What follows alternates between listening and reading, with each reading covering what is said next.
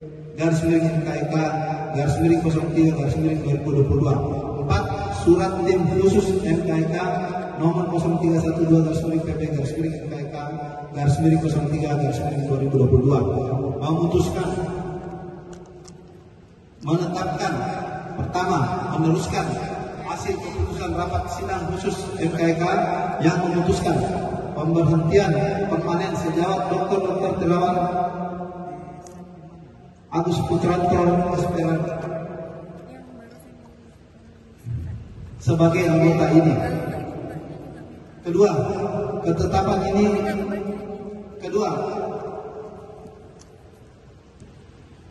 pemberhentian dilaksanakan oleh PBI selama-lamanya 28 hari kerja. Ketiga, ketetapan ini berlaku sejak tanggal ditetapkan. Presidium Sidang Utama Ikatan Dokter Indonesia 31 Dr. Abdullah Spesialis Urologi, Dr. Purnama Satya Budi SPOG, Dr. Aris Mawan FKS.